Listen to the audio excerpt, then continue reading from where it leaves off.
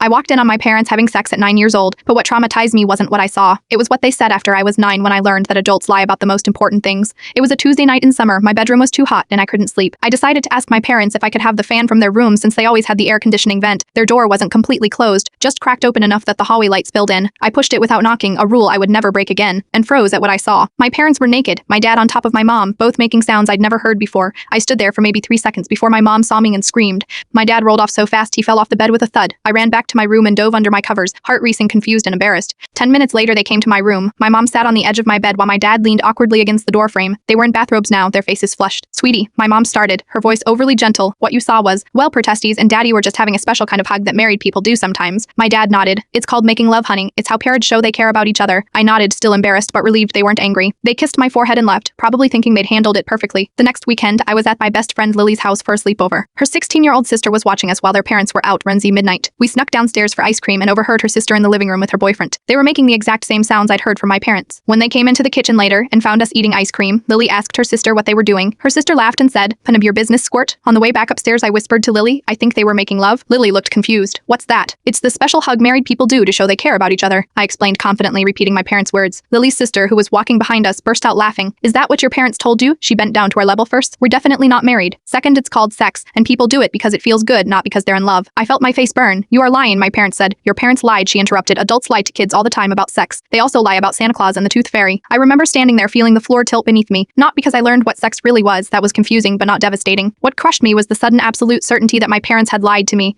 If they could look me in the eyes and lie about this, what else were they lying about? Was Santa really fake? Was God real? Did they actually love each other? For weeks afterward I tested them with small questions, watching their faces for signs of deception. I stopped believing anything they said without proof. I started keeping a journal of adult lies I discovered, adding to it whenever I caught them in another untruth. The worst part wasn't walking in on them having sex. It was losing my ability to trust the two people I thought would never deceive me. 20 years later I'm a parent myself. My daughter recently asked where babies come from, and I gave her an age-appropriate but honest answer, based in biology, not fairy tales about storks or special hugs. My mother was horrified when she overheard. She whispered when my daughter left the room, "Old enough to deserve the truth," I replied. "Even if it's simplified." Mom shook her head. "You are making a mistake. Children need to be protected from certain realities." I looked at her and finally said what I've been holding on to for decades. What children need is to trust that when they ask their parents a question, they'll get an honest answer. That's the protection that matters. She didn't understand why this was so important to me. She never knew that her special hug explanation didn't just fail to explain sex. It broke something fundamental between us that I've spent my adult life trying not to repeat with my own child. Sometimes the most traumatic part of childhood isn't what we witness, but the moment we realize our parents are unreliable narrators of reality.